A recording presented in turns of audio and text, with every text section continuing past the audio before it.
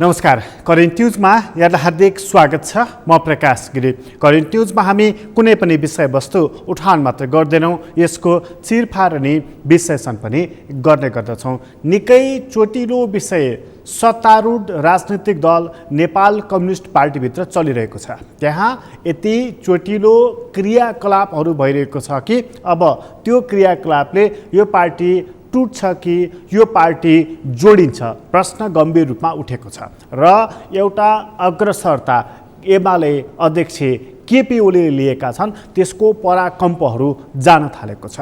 त्यो पराकम्पको असर, त्यसले ल्याउने अरू कम्पनहरू कस्ता हुनेछन्, यी केही महत्त्वपूर्ण सवाल रहेका छन्। तर सवाल राजनीतिक मात्र छैन, सवाल सरकारले भर्खर ल्याएको बजेटको पनि छ। बजेटका केही अंशहरू निकै धेरै विवादित बनेका छन्, त्यसको बारेमा पनि उत्तिकै धेरै चर्चा परिचर्चाहरू चलिरहेका छन्।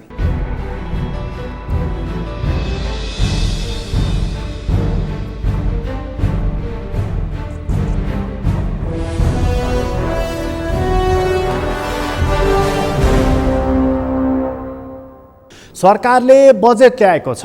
बजेटमा चुरेको सन्दर्भलाई लिएर अहिले पनि चर्चा रहेको छ। चुरेको चर्चा यति चुलिएको छ कि अब त्यो चुरेको सम्पत्ति दोहन गरेर व्यापार घाटा कम गर्न लागेको हो सरकारले भनेर प्रश्नहरू गरिएको छ, जसको जवाब दिँदा सरकार हैरान भएको छ।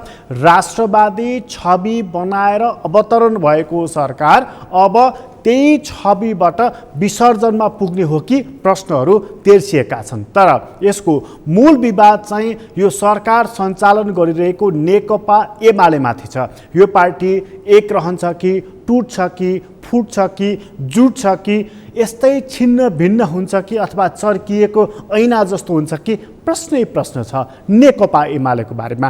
प्रश्नै प्रश्न छ नेकपा एमाले सञ्चालन गरिरहेको सरकारको बारेमा। प्रश्नै प्रश्न छ नेकपा एमाले सञ्चालन भइरहेको विधिको बारेमा।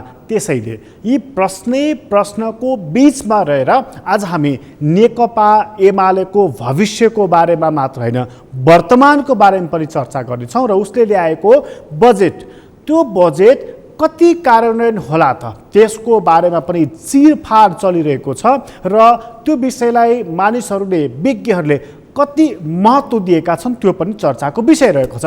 आजको अङ्कको सुरुवात चाहिँ हामी नेकपा एमाले अब फुट्छ कि क्या हो भनेर चर्चा चलिरहेको बेलामा 6वटा बुँदाको प्रस्ताव गर्दै एमाले अध्यक्ष तथा प्रधानमन्त्री केपी शर्मा ओलीले एउटा वक्तव्य जारी गरेका छन्। आउनुस् मिलौँ, जेठ 3 मा पुगौँ भनेर प्रस्ताव गरेका छन्।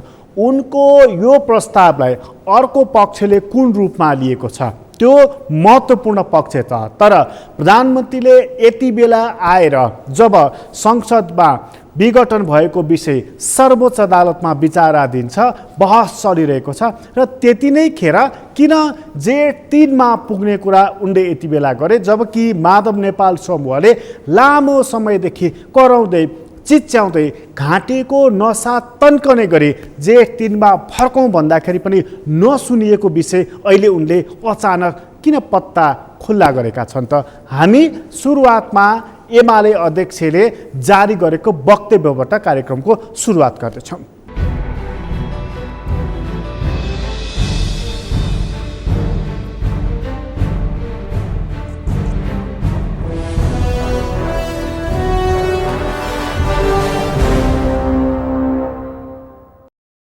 प्रिय कमरेडहरू, नेपाली कम्युनिस्ट आन्दोलनको वर्तमान अवस्था र पार्टी एकताका विषयमा पार्टी पंक्ति एवं आम जनसमुदायबाट समेत व्यक्त भएका चासो, सरकार र चिन्तालाई मैले गम्भीरतापूर्वक लिएको छु। 50 वर्षभन्दा पहिले विभाजन र विखण्डनको दुःखद श्रृङ्खलाबाट गुज्रिरहेको कम्युनिस्ट आन्दोलनलाई आधारभूत तहबाटै पुनर्गठन एवं एकताबद्ध गर्न नयाँ अभियान सुरुवात गर्ने सीमित व्यक्तिहरूमध्ये एक हुनुको नाताले मैले पार्टी एकताको महत्त्व र खाँचोलाई गहिरो गरी बुझेको छु। म सधैँभरि कम्युनिस्ट आन्दोलनको एकता, लोकतान्त्रिक शक्तिको एकता र राष्ट्रिय एकताको पक्षमा रहँदै आएँ। भोलिका दिनमा पनि म यसैका निम्ति क्रियाशील रहनेछु। कम्युनिस्ट आन्दोलनलाई एकताबद्ध बनाएर मात्रै मुलुकको राष्ट्रिय एकतालाई सुदृढ गर्न सकिन्छ भन्ने विश्वासका साथ हामीले 2075 जेठमा पार्टी एकीकरणको ऐतिहासिक निर्णय गरेका थियौँ। एकीकरणको मुख्य पहलकर्ता र प्रस्तावकका रूपमा मेरो भूमिका कस्तो थियो भन्ने कुरा यहाँ दोहोऱ्याइरहन आवश्यक देख्दिन। तर यो एकीकरण निष्कर्षमा पुग्न सकेन। यसका कारणहरूबारे यहाँ धेरै भन्न चाहन्न। 2077 साल फागुन 23 गतेको सर्वोच्च अदालतको फैसला एकीकरण प्रक्रिया भङ्ग हुनुको मुख्य कारण थियो भनेर कतिपयले टिप्पणी गर्छन्। तर यो यथार्थ होइन। सर्वोच्च अदालतले त नेपाल कम्युनिस्ट पार्टीको नाम पहिल्यै निर्वाचन आयोगमा दर्ता गरेको हुनाले त्यससँग नाम जुझ्ने गरी गरिएको दर्ता मिलेन भनेको हो।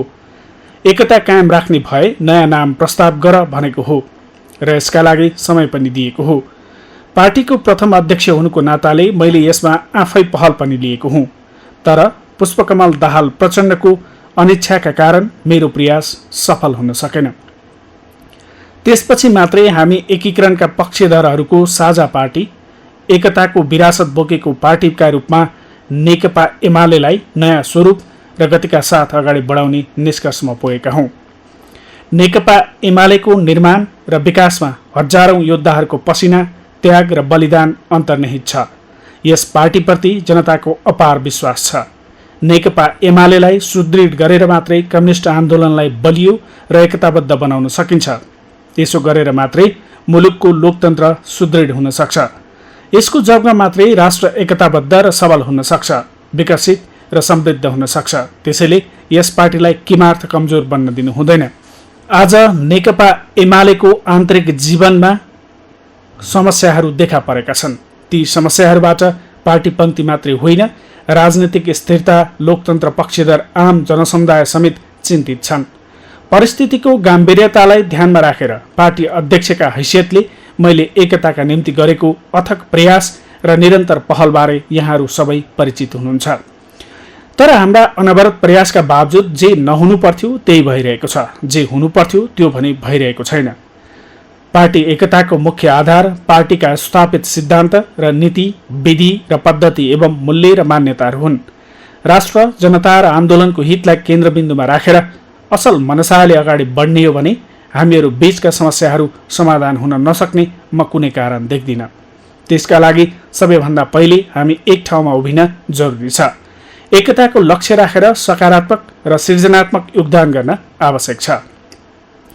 तसर्थ पार्टी एकताको पक्षमा निरन्तर पहल गर्ने कामरेडहरूका भावना र सुझावलाई समेत ध्यानमा राखेर पार्टीभित्रका समस्या समाधान गर्न र पार्टी एकतालाई रक्षा एवं सुदृढ गर्न देखाएको प्रस्तावसहित आह्वान गर्दछु। 1. नेकपा एमालेलाई 2075 साल जेठ 3 गते पूर्वको अवस्थाबाट अगाडि बढाइनेछ। नेपाल कम्युनिस्ट पार्टी नेकपाको केन्द्रीय कमिटिका सदस्यहरूमध्ये एकताको पक्षमा उभिनुभएका कमरेडहरूलाई आधार मानेर केन्द्रीय कमिटी र स्थायी कमिटिका संरचना गतिशील हुनेछन्। 2. मातहतका पार्टी कमिटी र जनसङ्गठनहरू मूलभूत रूपमा 2075 जेठ 3 पूर्वको अवस्थामा फर्केर क्रियाशील हुनेछन्। 3.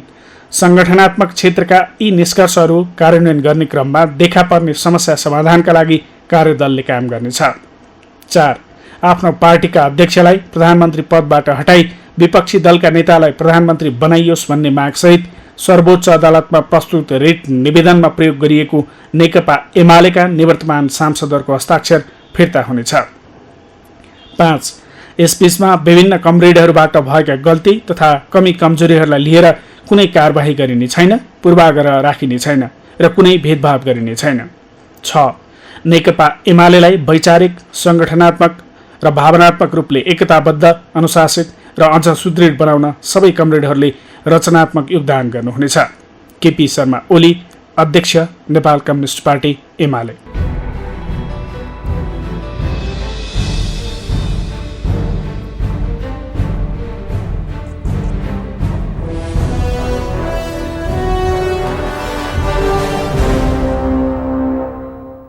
एमाले अध्यक्ष समेत रहेका प्रधानमन्त्री केपी ओलीले ढिलै भए पनि यो वक्तव्य जारी गरेका छन्। माधव नेपाल समूहका एउटा तबकाले यसको स्वागत गरेको छ, अर्को तबकाले पर्ख र हेरको नीति लिएको छ र ठुलो समूहले चाहिँ यसलाई अल्मल्याउने, छक्क्याउने, झुक्क्याउने यो प्रपञ्च हो भनेर बुझेको रहेछ।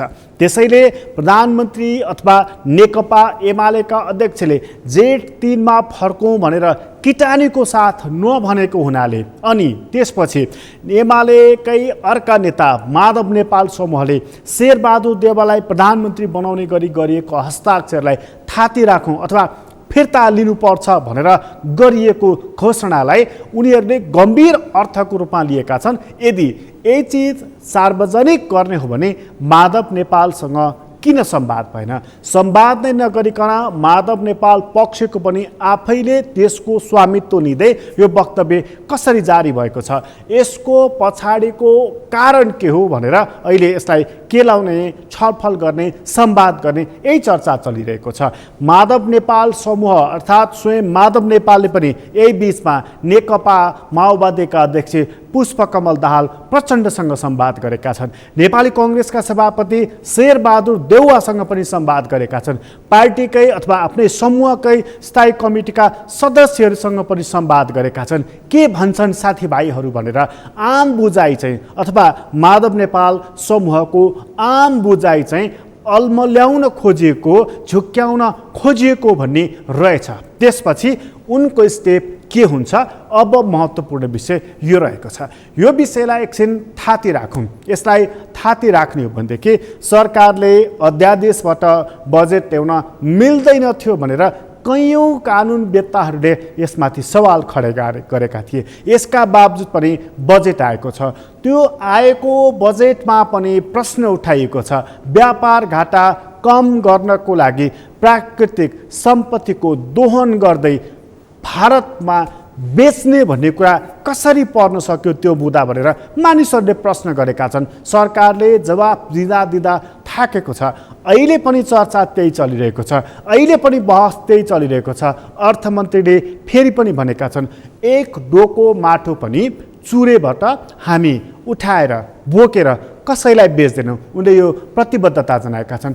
यो प्रतिबद्धता जनाइसकेपछि यसले जसले यसको विरोध गरिरहेका छन् उनीहरूको चित्त शान्ति हुन्छ अथवा यो छातीमा निकै गरुङ्गो गरी भारी भएर बसेको यो जुन विषय थियो अब हटेर जान्छ अथवा अर्थमन्त्रीले दिएको यो प्रतिबद्धता केवल प्रतिबद्धताको लागि मात्रै प्रतिबद्धता हो त? हामी त्यो कुरा यहाँ प्रस्तुत गर्दैछौँ।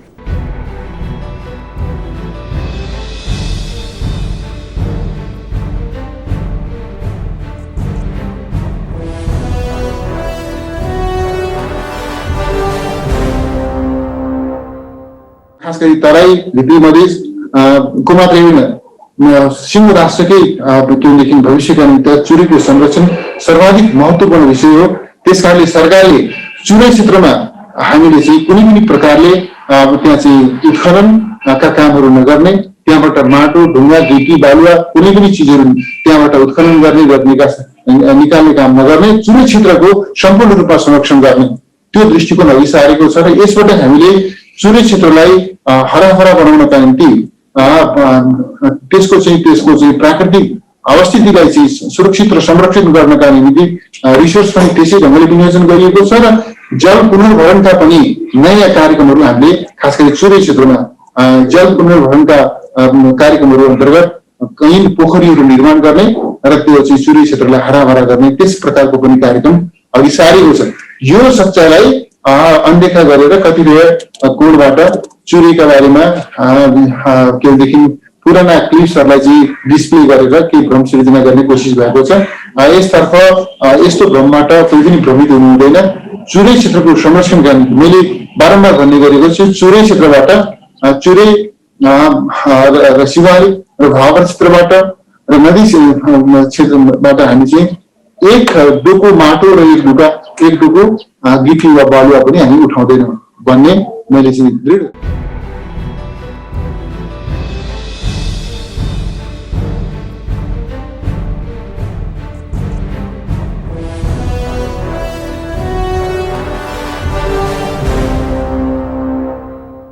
बजेटमा परेको यो प्राकृतिक स्रोतको दोहन विषय निकै ठुलो विवादको विषय बनेको छ। वास्तवमा चुरेको दोहन गर्न लागि हो कि होइन भनेर अहिले पनि त्यो विषय छ। विषयको उठान स्वयं सरकारले गरेको हो र यसको निरूपण पनि उसैले गर्नुपर्छ विश्वासिलो ढङ्गबाट। विश्वासिलो ढङ्गबाट गर्नको लागि उसले हामीले चुरेको दोहन गर्दैनौँ, यसको संरक्षण गर्छौँ। चुरेसँग केवल जल र जङ्गल मात्रै छैन, सभ्यता छ, ठुलो बस्ती छ, मानव कल्याणको एउटा ठुलो स्थल हो भन्ने उसले बुझेको छ कि छैन भन्ने कुरा चाहिँ निकै धेरै चासोपूर्वक हेरिएको विषय हो र आफैले यो विवादको सिर्जना गरेको हुनाले सरकारले यसको जवाफ पनि राम्रैसँग दिनुपर्छ। अब अर्थमन्त्रीको यो जवाफपछि चाहिँ अलिकति चित्त शान्ति हुन्छ वा यो विषयले यतिले नपुगेर बजेटबाटै फिर्ता पनि गर्नुपर्छ भन्ने अन्य पक्षको माग रहन्छ। त्यो चाहिँ आगामी दिनले देखाउँदै जाला। तर सरकारले अहिले पनि मानिसहरूलाई शान्त पार्न सकेको छैन, आश्वस्त पार्न सकेको चाहिँ पक्कै पनि छैन। अब उसले के गर्नुपर्छ त? उसले राखेका कैयौँ कुराहरूको बारेमा चर्चा नभइकन यसमै मात्र एकोरिएर किन बहस भइराखेको छ त? अथवा सरकारले नै यस्तो बहस गर्ने वातावरण किन सिर्जना गरेको छ त? हामी यी कुरा लिएर एकछिन पछि आउनेछौँ। अहिले छोटो विश्राम लिँदैछौँ।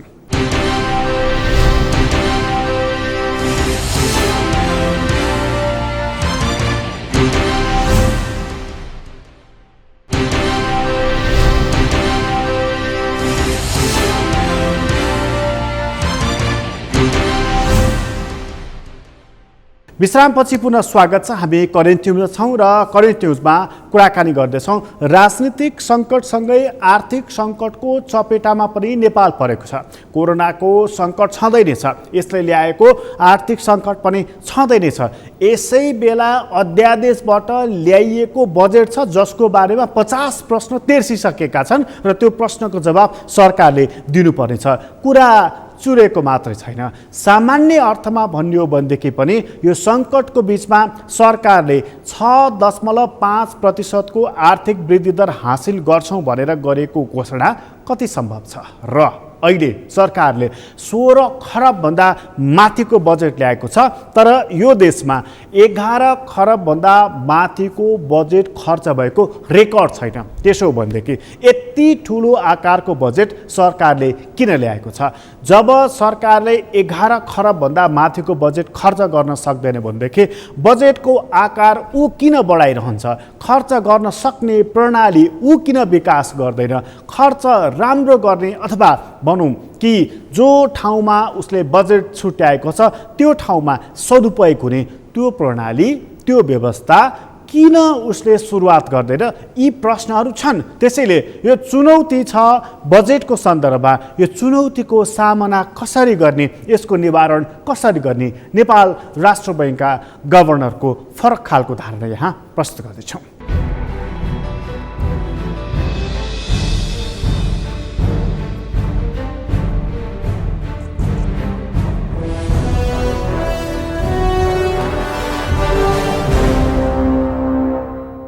पहिलो चुनौती चाहिँ के रहन्छ त भन्दा नर्मली बजेटको साइज, आन्तरिक ऋण उठाउने चाहिँ व्यवस्था, त्यसको साइज, त्यसैगरी बजेटमा आएका कार्यक्रमहरू र आउने वर्षमा लाई तय गरिएका विभिन्न कार्यक्रमहरू, भनौँ न यही साल 2 चुनाव छ, त्यसको लागि बजेट एलोकेसन छ। त्यसैगरी हामीले अब चाहिँ भ्याक्सिन इम्पोर्ट गर्नुपर्ने व्यवस्था छ। सँगसँगै एक्जिस्टिङ कार्यक्रमहरू, एक्जिस्टिङ परियोजनाहरूलाई निरन्तरता दिनलाई बजेटको व्यवस्था छ, जसलाई हाम्रो सिग्निफिकेन्ट चाहिँ इम्पोर्ट चाहिँ क्यापिटल आइटमहरू हुन्छन्। त्यो स्वभावैले तिनको असर चाहिँ डेफिनेटली मौद्रिक नीतिमा पर्छ, मौद्रिक व्यवस्थापनमा पर्छ। त्यो हाम्रो लागि एक खालको च्यालेन्ज त्यसले सिर्जना गर्छ कि यसले अनयुजुअली कुनै खालको चाहिँ खास गरी इन्फ्लेसनरी रिस्क सिस्टममा क्रिएट गर्छ कि गर्दैन त? चाहे त्यो बजेटको साइजले होस्, चाहे आन्तरिक ऋणले होस्, त्यो आन्तरिक ऋणको असर चाहिँ इभन इन्टरनल लिक्विडिटी, ब्याङ्किङ सिस्टमको व्यवस्थापनमा पनि त्यसका चुनौतीहरू नर्मली पर्ने गर्छन्। त्यसको समाधान, त्यसको व्यवस्थापनमा हामी कसियसै लाग्छौँ। कोभिडले जुन खालको जन र जीविकालाई असर पारिरहेछ त्यसलाई कसरी सुधार गर्न सकिन्छ भनेर स्वास्थ्यको सन्दर्भमा जीवन रक्षाको सन्दर्भमा सोचेर बजेट आएको छ। सँगसँगै आर्थिक रूपमा कोभिडले पारेको असरलाई कसरी पुनरुत्थान गर्न सकिन्छ भनेर इमानदारीका साथ बजेट आएको छ। अब यसलाई कार्यान्वयन गर्ने सिलसिलामा चाहिँ नेपाल सरकार अर्थ मन्त्रालयले मैले बुझेसम्म 15 गते बजेट आयो। 16 गतेदेखि नै सबै खालका स्टेक होल्डर, सबै कार्यान्वयन गर्नुपर्ने सम्बन्धित मन्त्रालयहरू, इभन मन्त्रालयलाई लिड गर्नुहुने मान्य मन्त्रीज्यूहरू सहितको छलफल मन्त्रालयले सुरु गरिसकेका छ। त्यसैगरी नेपाल राष्ट्र ब्याङ्कको पार्टबाट हामीले छुट्टै टास्क फोर्स बनाएका छौँ। बजेटले तोकेका वित्तीय क्षेत्रले गर्नुपर्ने, समग्रमा गरिनुपर्ने कामहरूलाई कसरी हामी कार्यान्वयन गर्दै लैजान्छौँ।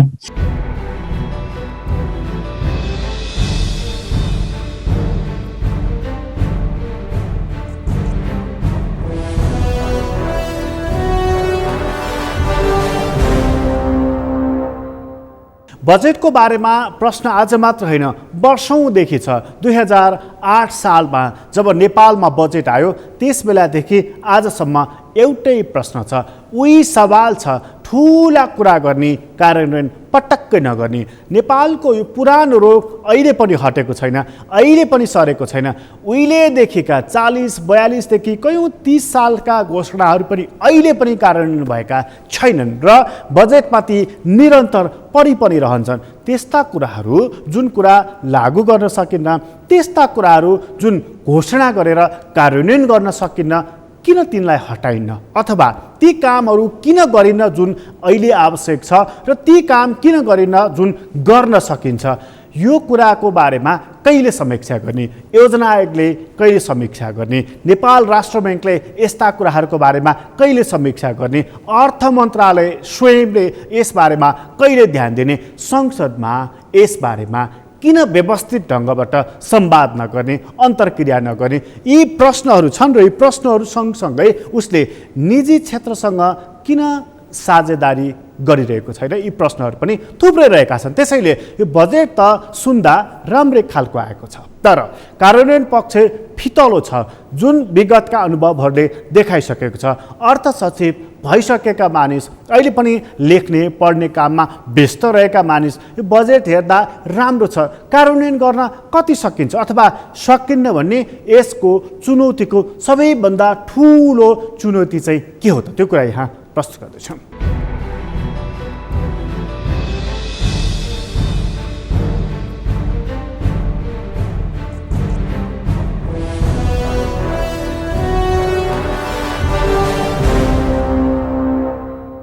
बजेटको स्रोत व्यवस्थापन अर्को ठुलो चुनौती छ। स्रोत व्यवस्थापन व्यवस्थित हुन सकेन। आगामी वर्ष पनि कोभिडको समस्याले गर्दा तन्त्र चलायमान हुन सकेन, अथवा वातावरण चाहिँ यस्तै अवस्था रहिरह्यो भने वैदेशिक सहायताको रकम त परिचालन गर्न हामीलाई गाह्रो छँदैछ। अब आयोजना कार्यान्वयनको आधारमा हुनाले गाह्रो छ। हाम्रोसँग राजस्व सङ्कलन अहिलेको हिसाबले लक्ष्य त्यति ठुलो होइन। लक्ष्य चाहिँ 960 अर्ब सङ्कलन भयो भने 20% बनेको छ। वृद्धि दर 960 हुन्छ कि हुँदैन आफ्नो ठाउँमा छ। 2022 सम्म त्यति ठुलो होइन। यदि वातावरण सहज हुँदै गयो र अर्थतन्त्र चलायमान हुँदै गयो, व्यापार व्यवसाय चल्दै गए, उपभोग बढ्ने सम्भावना हुन्छ। निर्वाचन पनि अब हुने हुनाले 20-22% वृद्धि दर होइन, तर यो अवस्था रहेन भने स्रोत व्यवस्थापनमा अर्को चुनौती हुन सक्ने मैले देखेको छु, जसले गर्दा आन्तरिक ऋण पूर्ण रूपमा सङ्कलन गर्नुपर्ने हुन्छ र ब्याङ्कको पैसा फाइनेन्स गर्ने ब्याङ्कहरूले नै हुन्, तरलता समस्या आउन सक्ने सम्भावना हुन्छ। सरकारले बढी पैसा उठाउँदा एउटा त्यो समस्या पनि मैले देखेको छु। र बजेटमा दिएका छुट सुविधाहरू, खास गरी मुद्दा फिर्ता लिएमा दिने छुट सुविधा, विगतदेखि चाहिँ विवादमा रहेका अथवा बकौता राखेका करको शुल्क जरिमाना मिनाएका सुविधाहरू, ती सुविधाहरू प्रत्येक वर्ष दिइएको छ। उपभोग कसले गर्यो? न त्यसको प्रभावकारी उपयोग भएको छ, न चाहिँ त्यो सुविधा राख्दाखेरि जसले अटेर गयो, बदमासी गर्यो, सरकारसँग निर्णय खोल्यो, उसैलाई सुविधा पुग्ने अवस्था भएको छ। ती छुट सुविधाहरूले कति जान्छन् त्यो पनि चुनौतीपूर्ण छ र त्यसबाट हामीले पाउने रिटर्न कस्तो हुन्छ त्यो मैले अलिकति चुनौतीपूर्ण नै देख्छु। यी सबैको साङ्गोपाङ्गो भनेको समस्याको चुनौती भनेको हाम्रो सुशासन। अब निर्वाचन आउँदैछ, अब राजनैतिक पार्टीहरू असाध्यै भयङ्कर अवस्थामा छन्। अब चाहिँ कार्यक्रम कार्यान्वयन गर्नलाई गाह्रो पनि छ। ल एन्ड अर्डर गाह्रो छ। तपाईँको आयोजनामा जानुहोस्, आयोजना कार्यान्वयन गर्न थाल्नुहोस्, त्यो आयोजना कार्यान्वयन गर्ने बेलामा अब समस्या हुन्छ। निर्माण सामग्री अहिले चुनौती रूपमा रहेको छ, अहिले ठुलो इस्यु भएको छ।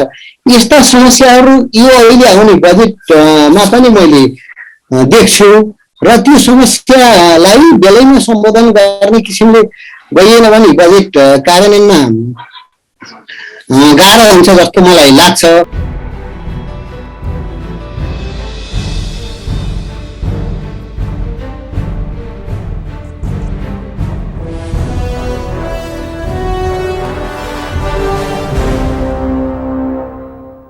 झट्ट सुन्दा आकर्षक छ बजेट। यसो हेर्दा चुनावी रौनक दिने खालको छ बजेट। तर मङ्सिरमा चुनाव भनेर यही सरकारले घोषणा गरेको छ। यही सरकारले मङ्सिरको निर्वाचनको लागि भनेर बजेट पनि छुट्याएको छैन। बडा अचम्मको बजेट यसपटक आएको छ। अध्यादेशबाट आएको हुनाले यसमा सर्वपक्षीय छलफलहरू भइराखेको छैन। संसदमा अन्तर्क्रिया भएन। स्वयं सरकारले संवैधानिक प्रावधानहरू मिचेर अध्यादेशबाट बजेट ल्याएको छ। त्यस कारणले पनि यसका कैयौँ राम्रा पक्षहरूको बारेमा छलफल गर्ने, यसलाई उजिल्याउने काम स्वयं सरकारकै हरकतले कारणले पनि सम्भव भएन। धेरै मानिसहरूले हतारमा प्रतिक्रिया दिएका छन् कि बजेट आकर्षक छ भनेर। आकर्षक बजेट छ भनेदेखि कार्यान्वयन चाहिँ कति हुन सक्छ? अहिलेको राजनीतिक अस्थिरताले यसलाई कुन तहको असर पार्दछ? यो संविधानमा राजनीतिक स्थिरता कायम गर्ने थुप्रै प्रावधान राखियो, तर सरकारको हरकतले अस्थिरतालाई नै स्थिरता प्रदान गरिदियो, जसको शिकार यही बजेट पर्छ कि पर्दैन त? यो सवाल उत्तिकै महत्त्वपूर्ण छ। र सरकारले बजेट ल्याउँदाखेरि निजी क्षेत्रसँग साझेदारी गर्ने, हात मिलाउने, अङ्कमाल गर्ने यो काम चाहिँ कति गरेको छ त? त्यो कुरा पनि यहाँ प्रस्तुत गर्दैछौँ।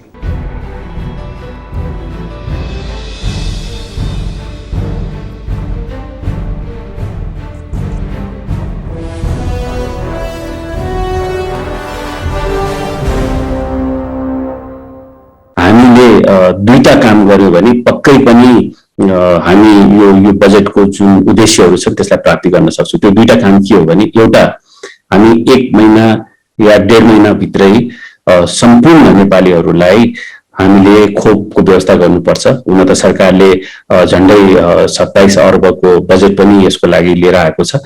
हामीले खोपको व्यवस्था गर्न सक्यौँ भने, र अर्को कुरा हामीले कमर्सियल ब्याङ्क्समा तरलता मेन्टेन गर्न सक्यौँ भने, हाई लिक्विडिटी मेन्टेन गर्न सक्यौँ भने हामी चाँडै नै यो अवस्थाबाट पनि निस्किन्छौँ र बजेटको लक्ष्यहरू प्राप्ति गर्न सक्छौँ भन्ने पनि हामीलाई विश्वास छ।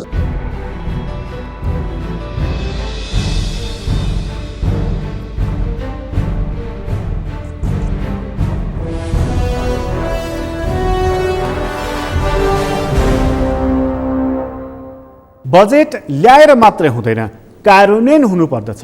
कार्यान्वयन गर्नको लागि जहिले पनि नेपालमा समस्या पर्ने गरेको छ। कोभिडको यो सङ्कट छ र हामी निषेधाज्ञाकै बिचमा रहेका छौँ। त्यस्तो बेलामा बजेट किन कार्यान्वयन भएन भनेर सोझो अर्थमा उत्तर दिन सकिन्छ, कोभिडले असर गर्यो भनेर। तर यो रोग आजको होइन, वर्षौँदेखिको रोग हो र त्यो रोग पालेर हामी बसिरहेका छौँ। त्यस कारणले अब यो दीर्घ रोग भएको छ। यो दीर्घ रोगलाई हिजो जब सक्रिय राजतन्त्र थियो त्यसले पनि निमिट्यान्न पार्न सकेन, जब संवैधानिक राजतन्त्र थियो त्यसले पनि निमिट्यान्न पार्न सकेन, आज गणतन्त्र छ त्यसले निमिट्यान्न पार्नु त कता हो कता हो। यो दीर्घ रोगलाई झन् संस्थागत गरिरहेको छ भनेदेखि हामीले बुझ्ने के हो कि नेपालमा जति नै ठुलो क्रान्ति भए पनि, नेपालमा जति नै ठुलो परिवर्तन भए पनि यहाँ केही त्यस्ता मुठ्ठीभर व्यक्तिहरू रहेछन् जसले शासन गर्दा रहेछन्